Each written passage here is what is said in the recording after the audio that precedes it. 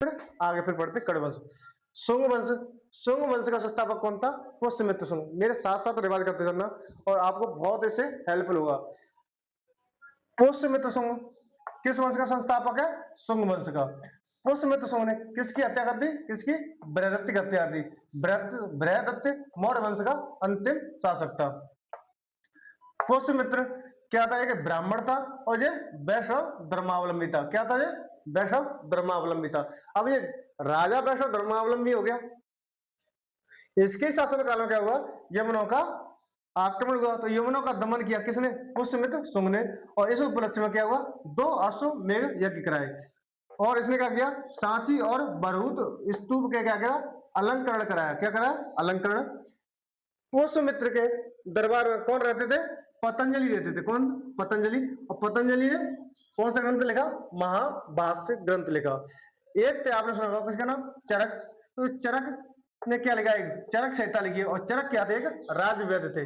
ये किसके शासनकाल में थे? ये कनिष्क के शासनकाल में थे। किसके में? कनिष्क के में। इसका पुत्र कौन है? अग्निमित्र। किसका? पुष्यमित्र शुंग का। अग्निमित्र के एक बुक का नाटक है, इसका नाटक का नाम क्या है? मालविकाग्निमित्र। क्या है? मालविकाग्निमित्र। ये कालिदास ने लिखा। क्यों? तो ये कालिदास का प्रथम नाटक कौन सा है? मालविकाग्निमित्र। जिसमें मालविका है कौन? ये प्रेमिका या नायिका है। और यह अग्निमित्र कौन है? प्रेमी या नायक है। ये इनकी प्रेम कथा है। इसका अंतिम शासक कौन है? देवभूति। किसका? शुंग वंश का। देवभूति की हत्या करेगा कौन? वासुदेव। और वासुदेव ने हत्या करके एक नए वंश की या न्यू वंश की स्थापना करी, कण्व वंश की। किसकी? कण्व वंश की। साथ साथ रिवाज करिए।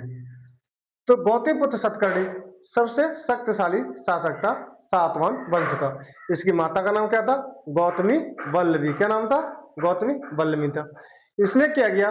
शकों पर विजय प्राप्त की और शकों का नाश कर दिया। तो किस शक राजा पर की थी? वो नेपाल पर की थी। नेपाल किस वंश का था? चेरात वंश, यानी चेरात शक था, उस वंश का नाश कर दिया। और इसकी जो शक विजय थी, इसका उपलब्ध, इसकी जानकारी हमें कहां से प्राप्त होती है? नासिक अभिलेख से। यानी इसकी जो विजय थी, इनकी जानकारी प्राप्त होती है हमें नासिक अभिलेख से। जो इसमें लिखा है कि इसके घोड़े 3 समुद्र का पानी पीते थे। किसका? 3 समुद्र का मतलब है अरब सागर, बंगाली खाड़ी और हिंद सागर। इसका ये क्षेत्र क्या है? शासन क्षेत्र था। किसका? गौतमीपुत्र सतकर्णी का। जो सिक्कों का ढेर प्राप्त हुआ, किसका? सिक्कों का ढेर प्राप्त हुआ वो किसका? जोगल थम्बी नामक जगह। कहां पर? नासिक में। और ये यहां से क्या हुआ? ये सिक्कों का ढेर प्राप्त हो रहा है और जिसमें गौतमपुत्र सतकर्णी की आकृति चिन्हित है। जिसका अंतिम शासक था पुलयामी चतुर्यामी। कौन था? पुलयामी चतुर्यामी था अंतिम शासक। जिसका एक राजा का नाम होता है ब्राह्मण या एका। तो आपको प्रश्न पूछ लिया जाता है एका या ब्राह्मण कैसे कहते हैं? उसमें 4 ऑप्शन देंगे, पुष्यमित्र शुंग, अशोक, बृहदत्त और गौतमीपुत्र सतकर्णी। तो उसमें किसका नाम है? गौतमीपुत्र सतकर्णी का। तो एका ब्राह्मण कैसे कहते हैं? गौतमीपुत्र सतकर्णी को। और इसका सर्वप्रथम जो शीशे के सिक्के चलाए थे वो सातवाहन वंश ने चला। किसने? सातवाहन वंश ने। और सातवाहन वंश ने चांदी, तांबा, कांसा और प्रोटीन के सिक्के भी चलाए थे। और इसकी राज की भाषा देखें तो राज की भाषा कौन सी थी? प्राकृत। और लिपि कौन सी थी? ब्राह्मी थी। और ये सातवाहन वंश वंश कौन सा था? मात्र सत्तात्मक वंश था। जैन साथियों, मैं आपका अपना रामेश्वर आरडी अकेडमी से। आज हम पढ़ेंगे गुप्त काल। गुप्त काल की हम शुरुआत करेंगे। इससे पहले हमने मौर्य उत्तर काल पढ़ा था, जिसमें हमने पुष्यमित्र शुंग वंश, शुंग वंश, कर्ण वंश और सातवाहन वंश के बारे में हमने जाना था। चलो पढ़ते हैं यहाँ से।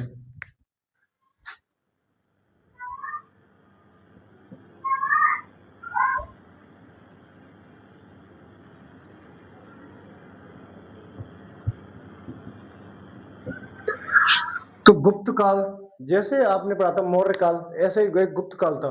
इसने भी एक छत्र भारत के बहुत सारे क्षेत्र पर राज किया था, वो गुप्त काल था। मौर्य काल के बाद एक छत्र राज करने वाला वंश था, वो था गुप्त वंश।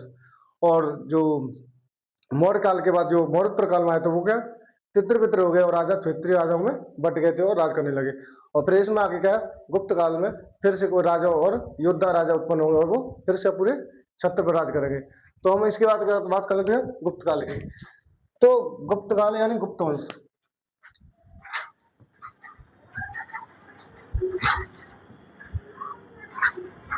तो गुप्त वंश की बात करें हम, तो गुप्त वंश किसके सामंत थे? ये पूछ लिया था, किसके सामंत थे? तो ये सामंत थे सातवाहन वंश के, किसके?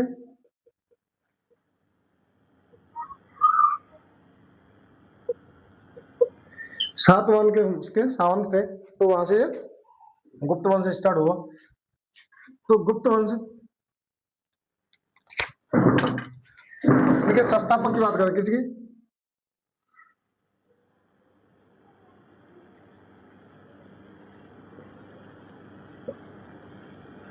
संस्थापक।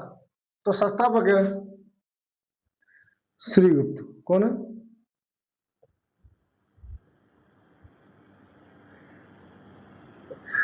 श्रीगुप्त है। और गुप्त वंश का। अब हमें गुप्त वंश की जानकारी कहां से प्राप्ति होती है? तो जानकारी की बात करें हम की,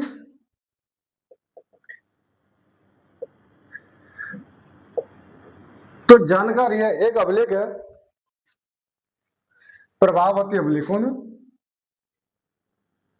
नहीं, ताम्रपत्र अभिलेख। कौन सा है?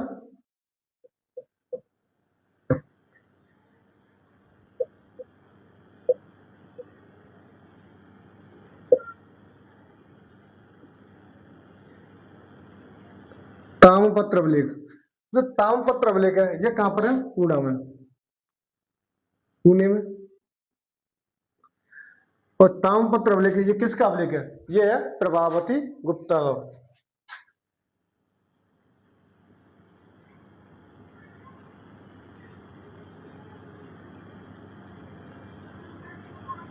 तो जिससे हमें क्या, हमें जैसे वैसे हमें किसी शासन की या किसी काल की हमें जानकारी प्राप्त होती है, तो वो उन चीजों से, अभिलेखों से या साहित्य से हमें जानकारी प्राप्त होती है। तो यहाँ कुछ अभिलेखों से भी प्राप्त हुई है और वो साहित्य से। तो यहाँ कौन अभिलेख है? तो अभिलेख कौन सा? प्रभावती गुप्त। कौन सा? ताम्रपत्र अभिलेख। तो यहाँ से हमें गुप्त वंश की जानकारी प्राप्त हो रही है। तो श्रीगुप्त ने गुप्त वंश की स्थापना करी। इसके बाद इसका उत्तराधिकारी बनेगा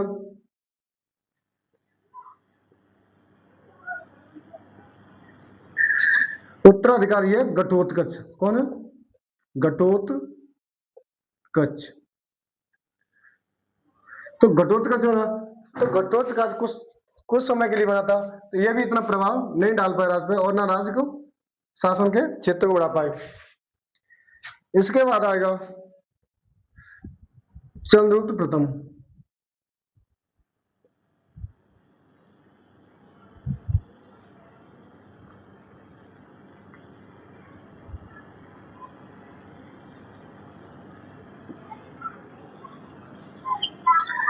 चंद्रगुप्त प्रथम।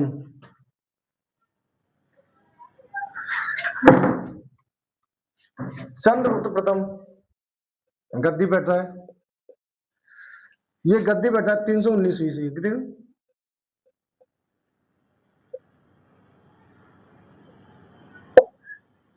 319 ईस्वी में ये गद्दी बैठा है।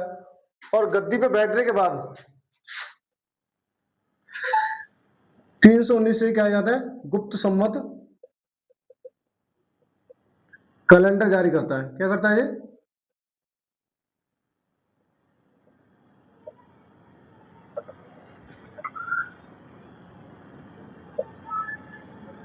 कौन कर रहा है? चंद्रगुप्त प्रथम 319 ईस्वी क्या है? गुप्त संवत कैलेंडर जारी करता है और गद्दी बैठने वाला चंद्र। और चंद्रगुप्त प्रथम ने उपाधि धारण की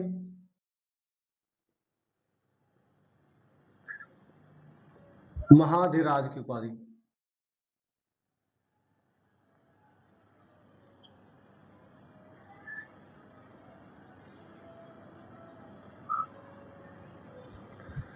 महाधिराज की उपाधि धारण की। गुप्त वंश में देखे होंगे तुम राजा, कोई राजा की उपाधि धारण करेंगे, कोई महाराजा की, कोई महाधिराज की, विक्रांत की उपाधि धारण करेंगे। क्योंकि इन उपाधियों से क्या होता है, जैसे कि राजा की एंट्री होती है तो फलाने फलाने राजा महाराज अधिराज पधार रहे हैं, तो इससे क्या जनता सतर्क हो जाती है, अरे महाराज साहब आ रहे, फलाने महाराज साहब। तो एक भोकाल बनता है। तो भोकाल बनाने के लिए इन्होंने क्या किया? पदवी धारण शुरू कर, पदवी मतलब उपाधि धारण करना स्टार्ट कर दी। और इनके और चंद्रगुप्त प्रथम ने महाराज अधिराज की उपाधि धारण की।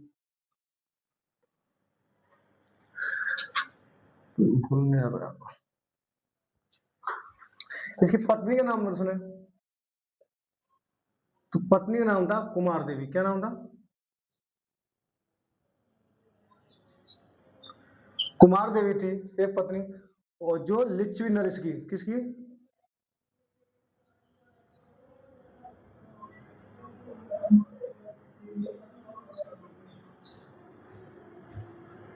लिच्छवी नरेश की राजकुमारी कौन थी? कुमार देवी थी। और कुमार देवी का पुत्र था, पुत्र कौन था?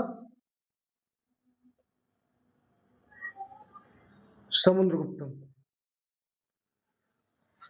कुमार देवी का पुत्र कौन था? समुद्रगुप्त था। और इस कुमार देवी से चंद्रगुप्त प्रथम ने शादी की, और शादी करने के उपलक्ष्य में क्या किया इसने?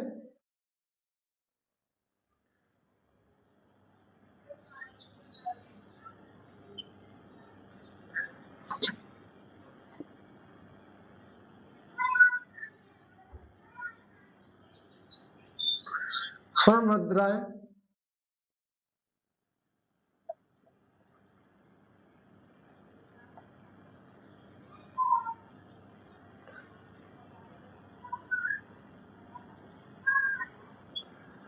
स्वर्ण मुद्राओं का चलन किया। और जो स्वर्ण मुद्रा थी वो दीनार कहलाती। क्या कहलाती है?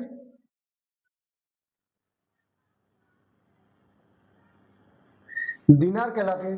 और जो स्वर्ण मुद्रा थी, जो चंद्रगुप्त जो प्रथम था, और इस स्वर्ण मुद्रा पर चंद्रगुप्त प्रथम और कुमार देवी की क्या हुई, उसमें आकृति बनी हुई थी।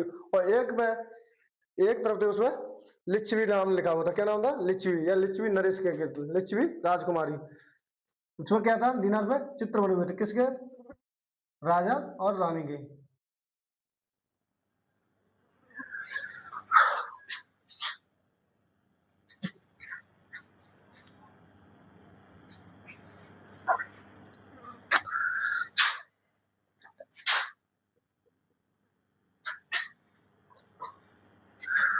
अब शासक बने कौन? समुद्रगुप्त।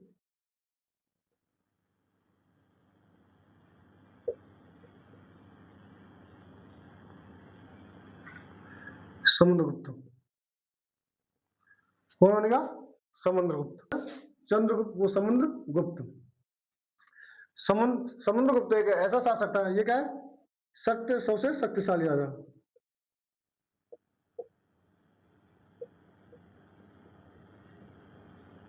सबसे शक्तिशाली राजा कौन है? समुद्रगुप्त था। और इसके विजय अभियान की जानकारी हमें कहां से प्राप्त होती है? प्रयाग प्रशस्ति अभिलेख से। और प्रयाग प्रशस्ति अभिलेख जो इनके दरबारी लेखक था, उनका नाम क्या? हर्षण। तो हर्षण ने उस प्रयाग प्रशस्ति अभिलेख को लिखा है। प्रश्न पूछ लिया जाता है कि प्रयाग प्रशस्ति अभिलेख में क्या लिखा है, तो उसमें क्या लिखा? समुद्रगुप्त के विजय के बारे में। किसने लिखा है? हर्षण ने लिखा है। तो इसकी जानकारी देते हैं हम। समुद्रगुप्त की विजय अभियान का अर्थ करते हैं।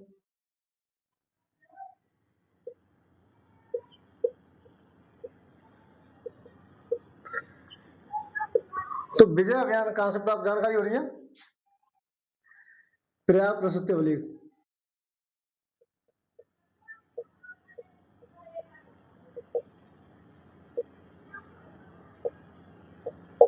प्रयाग प्रशस्ति अभिलेख, प्रयाग प्रशस्ति अभिलेख किसने लिखा? हर्षण ने।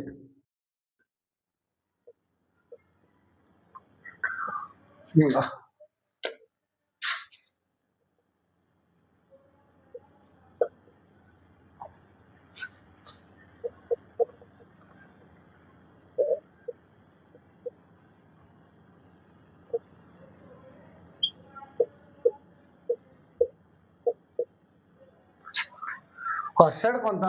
इसका दरबारी लेखक कौन था?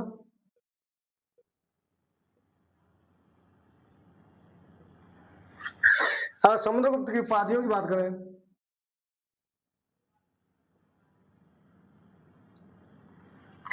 तो इसके क्या? एक लिच्छवी नरेश, इसे लिच्छवी दोहित्र, इसकी उपाधि क्या है? लिच्छवी दोहित्र। क्योंकि ये किसका पुत्र था?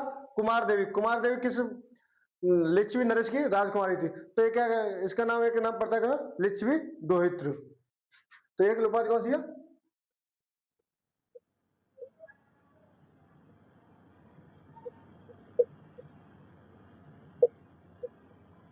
दोहित्र। दूसरी उपाधि इसकी क्या है? कविराज। क्या?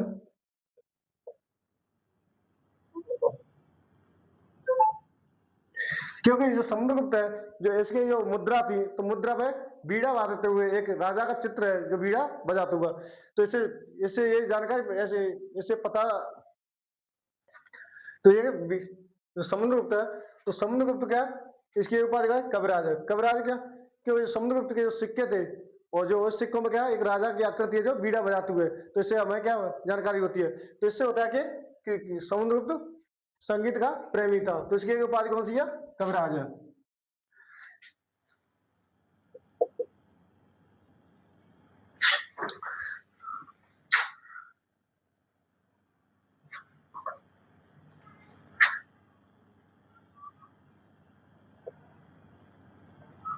समुद्रगुप्त को भारत का नेपोलियन भी कहते हैं। क्या कहते हैं, भारत का नेपोलियन, क्योंकि इसने ना जाने कितने राजाओं को हरा के इसने अपने क्या शासन को और उस क्षेत्र को बहुत दूर तक फैला दिया था। और ऐसे ही जो जो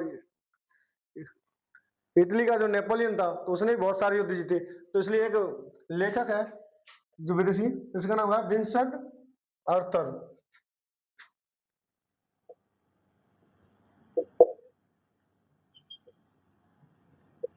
कौन है, विंसेंट आर्थर। तो विंसेंट आर्थर कहता है, क्या कहता है इसे, भारत का नेपोलियन। क्या कहता है,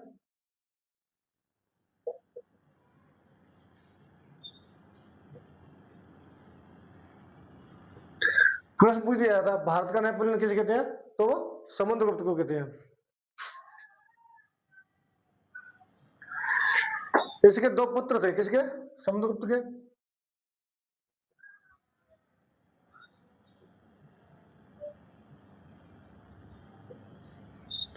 तो दो पुत्र थे, एक का नाम था रामगुप्त,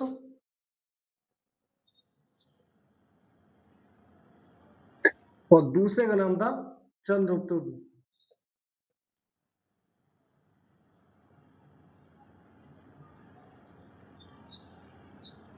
चंद्रगुप्त द्वितीय। तो उसके दो पुत्र थे,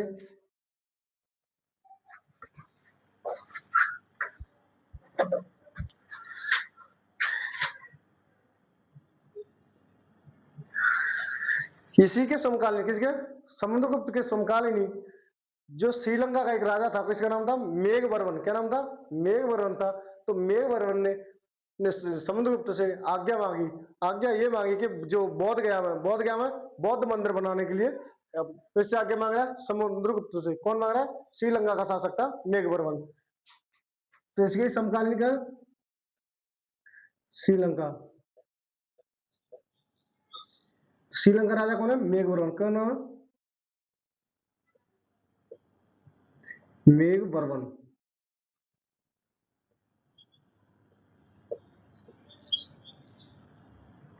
ये मेघवर्मन है,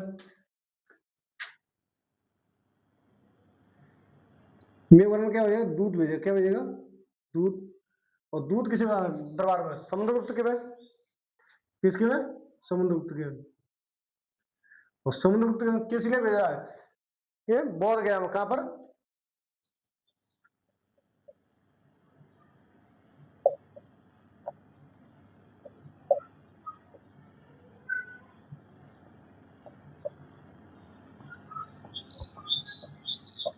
बोध गया में बौद्ध बुद्ध मंदिर बनवाने के लिए।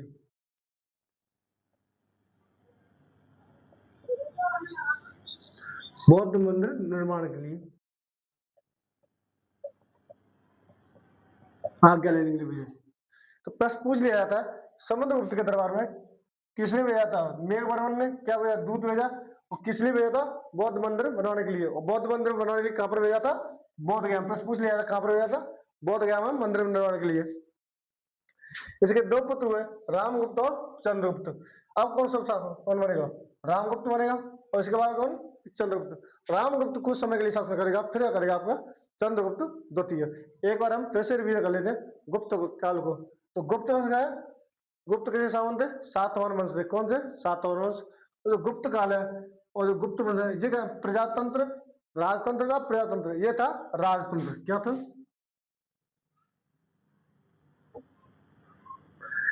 राजतंत्र। क्या था, राजतंत्र था।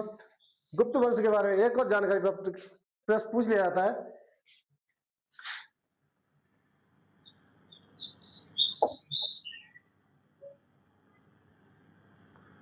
राजतंत्र था।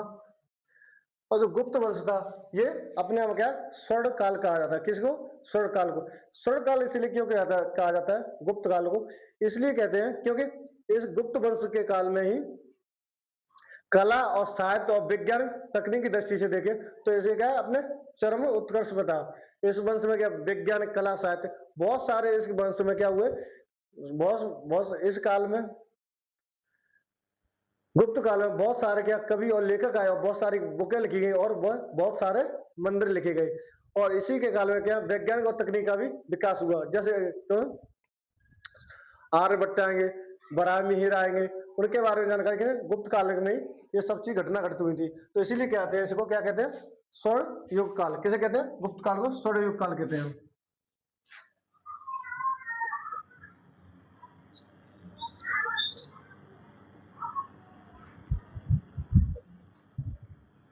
किस दृष्टि कहते हैं? कला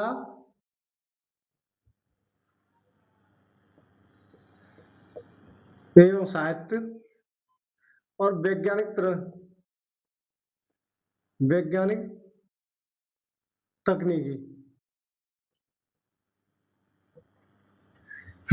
तकनीकी दृष्टि से क्या कहते हैं?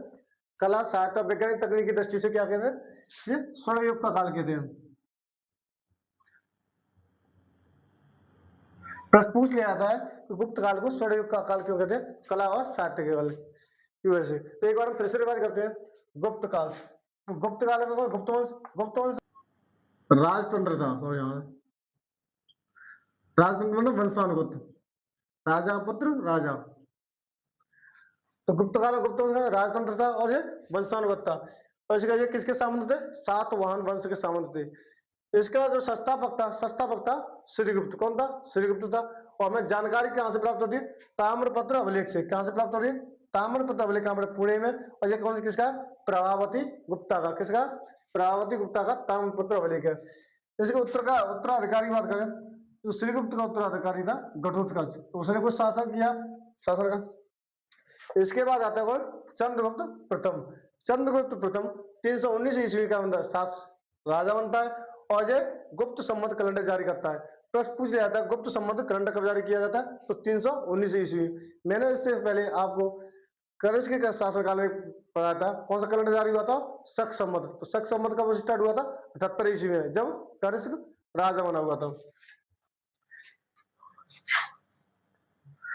तो यहाँ उपाधि थी, उपाधि कौन थी?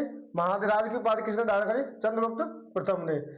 और चंद्रगुप्त प्रथम ने महाधिराज की उपाधि धारण की। इसकी पत्नी थी, पत्नी का नाम था, क्या नाम था? कुमार देवी थी। और कुमार देवी किसकी? लिच्छवी नरेश की राजकुमारी थी। और इस कुमार देवी से कौन पुत्र था? उसका नाम क्या था? समुद्रगुप्त। और समुद्रगुप्त का आगे जाके क्या बनेगा? राजा बनेगा। और कुमार देवी और चंद्रगुप्त के क्या सिक्के क्या जारी करेगी? किसके? स्वर्ण मुद्रा जारी करेगी। और स्वर्ण मुद्रा क्या कहलाती है? वो दीनार कहलाती है। और दीनार पे क्या दोनों तरफ क्या चित्र बने हुए थे? क्या चित्र बने हुए थे। यहाँ देखते हैं इसके बाद कौन कौन था शासन का? किसका? समुद्रगुप्त का। तो समुद्रगुप्त क्या इस वंश का सबसे शक्तिशाली राजा है। इसके विजय अभियान की जानकारी हमें कहां से प्राप्त होती है? प्रयाग प्रशस्ति अभिलेख से। कौन? प्रयाग प्रशस्ति अभिलेख से। इसका दरबारी लेखक कौन है? हर्षण है। कौन है? हर्षण। हर्षण ने प्रयाग प्रशस्ति अभिलेख लिखा है। और इसकी उपाधि कौन सी उपाधि है? एक तो लिच्छवी द्वैत्र और कविराज। लिच्छवी द्वैत्र और कविराज। एक कौन? विंसेंट अर्थर है। तो विंसेंट अर्थर इसके बारे में पढ़ता है। इतने बहुत सारे क्षेत्र राजाओं को जीत के अपने में मिला लिया। तो इसने बहुत सारे युद्ध लड़े। तो ये विंसेंट अर्थर कहता है ये तो भारत का नेपोलियन है। कौन है? तो भारत का नेपोलियन किसे कहते हैं? समुद्रगुप्त को। इसके दो पुत्र थे, रामगुप्त और चंद्रगुप्त। और इसके शासन काल में कौन? श्रीलंका का राजा था, क्या नाम था? मेघवर्ण। क्या नाम था? मेघवर्ण था। इसने दूत भेजा किसे? समुद्रगुप्त के दरबार में। किस लिए भेजा था? बोध गया में बौद्ध मंदिर बनवाने के लिए। कहा? बोध गया में बौद्ध मंदिर बनवाने के लिए या निर्माण करने के लिए।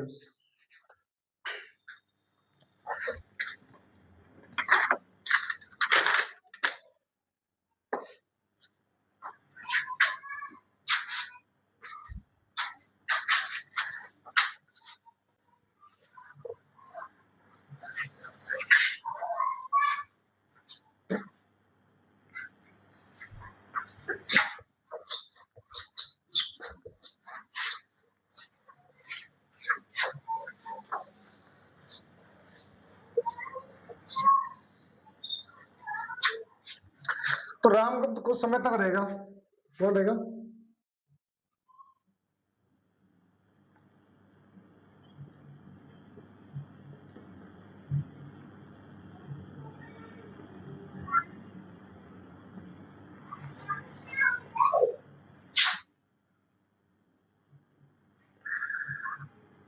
इसके बाद बनेगा चंद्रगुप्त द्वितीय।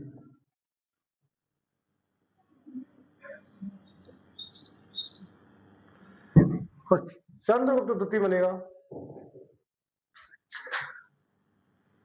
तो इस वंश का महानतम शासक कौन है? चंद्रगुप्त द्वितीय।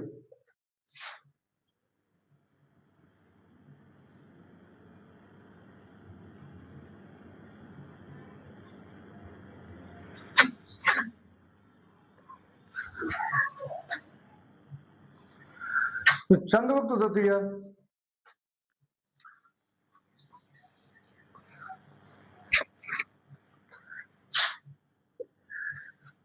ये भी बहुत बड़ा का है, एक योद्धा था और एक अच्छा प्रशासन चलाने वाला। कौन था? चंद्रगुप्त द्वितीय। जो हम विक्रमादित्य के बारे में कहानी सुनते हैं, विक्रमादित्य और बेताल के बारे में, तो वो किसकी कहानी सुनते हैं? जो किताबों में मिलती है हमें मेलों में, वो किताबें इसी की है। कौन है? चंद्रगुप्त द्वितीय, विक्रमादित्य के नाम से। तो इसने क्या किया? जो मालवा, कौन? मालवा,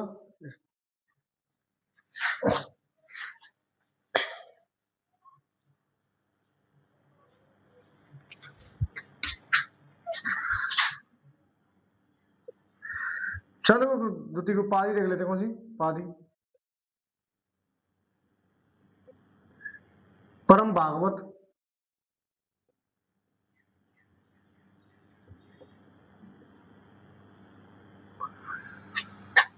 परम भागवत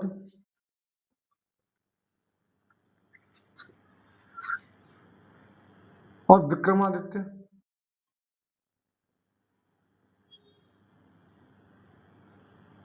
उपाधि धारण करता है कौन? चंद्रगुप्त द्वितीय। और एक देवराज, कौन है? देवराज। एक प्रश्न पूछ लिया जाता है, शकों को पराजित करके इसने कौन सी उपाधि धारण की? तो शकों को पराजित करके शंकरी उपाधि धारण की। कौन सी? शंकरी। शंकरी उपाधि धारण करी विक्रमादित्य। इसे शंकरी भी कहते थे। क्या कहते थे इसे? शंकरी इसलिए किया गया, इसने शकों का क्या नाश किया। तो इसने क्या किया? चंद्रगुप्त द्वितीय से मालवा,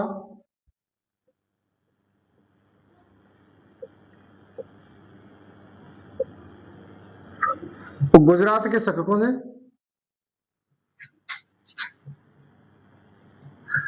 मालवा और गुजरात के शक कौन? रुद्र सिंह द्वितीय, रुद्र सिंह तृतीय।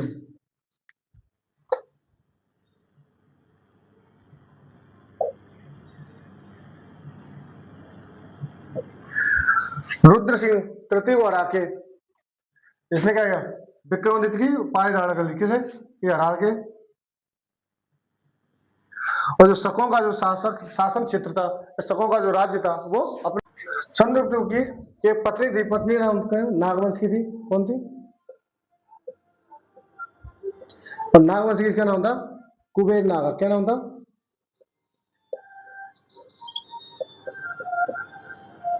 कुबेर नागा था।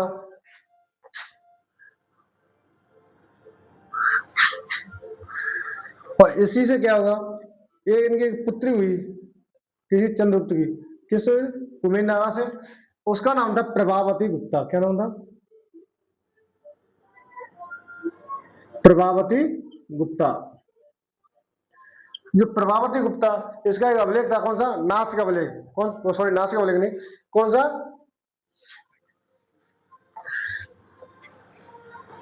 ताम्रपत्र अभिलेख। उस ताम्रपत्र अभिलेख कहां पर है? पुणे में, जहां से हमें किसकी जानकारी होती है? चंद्रगुप्त वंश की। गुप्त वंश का संस्थापक कौन था? चंद्रगुप्त द्वितीय के इसी के दरबार में क्या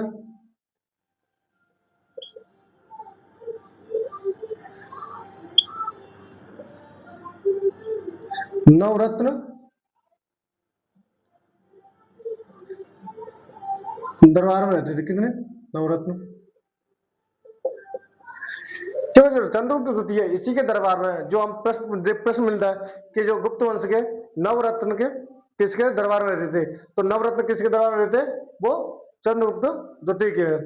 तो नवरत्न रहते और नवरत्न के अलग अलग कार्य थे, उनके क्या अलग अलग कार्य थे और अलग अलग पद थे। तो ऐसे ही सबसे प्रसिद्ध था, आपने सुना कालिदास सुना होगा, धनवंतरी सुना होगा, अमर सिंह सुने हुए, तो वो कौन थे, इनके नवरत्नों में शामिल थे। तो हम एक एक करके उनकी बात कर लेते हैं कभी।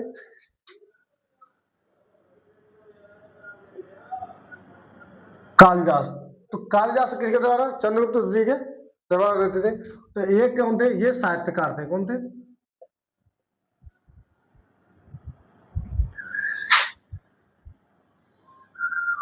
एक थे अमर सिंह, कौन थे,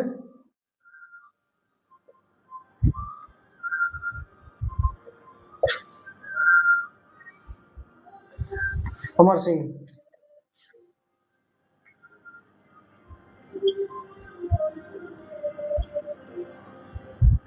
तो ये लेखक थे, कौन थे, लेखक थे। एक थे धनवंतरी, कौन थे, कौन, धनवंतरी, धनवंतरी। तो धनवंतरी किसके तरह, ये कौन थे, ये चिकित्सक थे, कौन थे,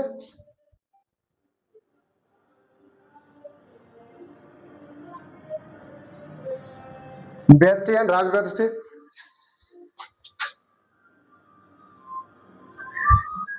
बेताल था क्या ना,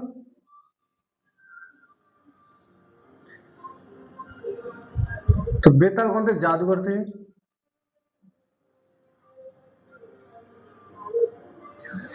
एक थे गटकर, कौन है, गटकर पर, तो गटपर पर थे, ये कूटनीतिज्ञ थे, कौन थे, कूटनीतिज्ञ,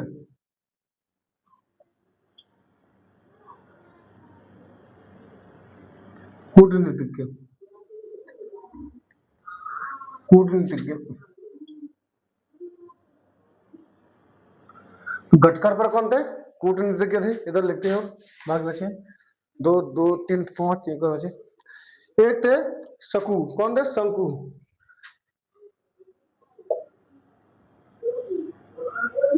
शंकु थे जो वास्तुकार थे,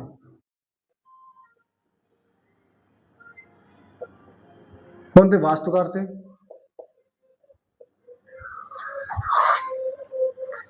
एक थे चपनक, कौन थे, चपनक,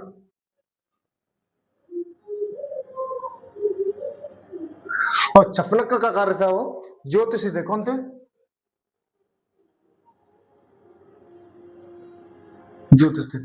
एक थे बराह मिहिर, कौन थे,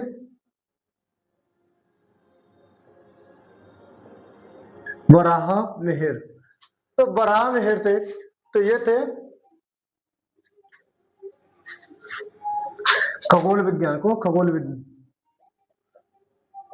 खगोल विद। बराह मिहिर कौन थे, खगोल विद थे। एक थे वरुरुचि,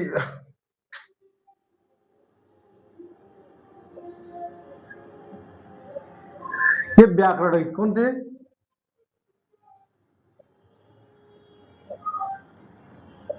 व्याकरण थे।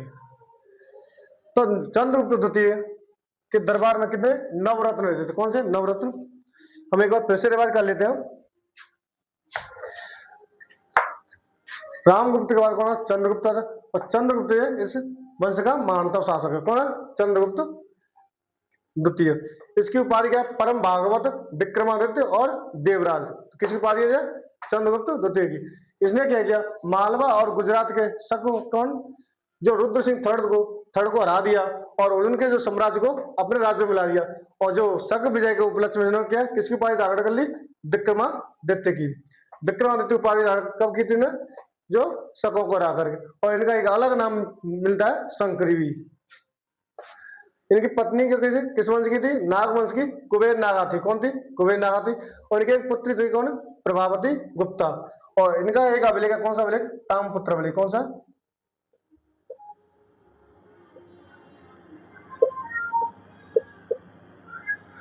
ताम्रपत्र अभिलेखक कौन सा?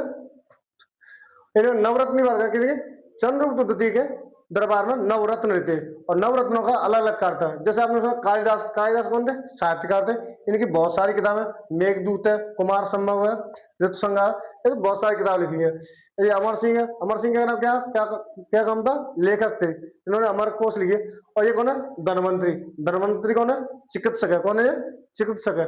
इनमें प्रश्न पूछ लिया जाता है कई बार, तो धनवंतरी किसके दरबार में थे? तो चंद्रगुप्त द्वितीय के। ऐसे एक प्रश्न पूछ लिया जाता है, चरक किसके दरबारी थे? तो चरक थे कनिष्क के। एक और ऐसे चिकित्सक थे, उनका नाम है जीवक। जीवक किसके दरबार में थे? वो बिम्बसार के में थे। किसके? बिम्बसार के में। इनका कंफ्यूजन नहीं होना है, ये अलग अलग याद रखना। एक कौन थे? बेताल। तो बेताल का क्या काम था? वो जादूगर थे। और एक तो घटकरपर। तो घटकरपर का क्या काम था? वे कूटनीतिज्ञ थे। कौन थे? कूटनीतिज्ञ। एक नाम था शंकु। शंकु का क्या नाम था? वास्तुकार। क्या काम था उनका? वास्तुकार था। और एक और है छपनक। कौन है? छपनक। तो छपनक कौन, क्या काम था इनका? ये ज्योतिषी, क्या है ये? ज्योतिषी कार्य करते। और एक थे बराह मेज। कौन? बराह मेज। तो ये कौन है? खगोल विद है। कौन है? खगोल विद है।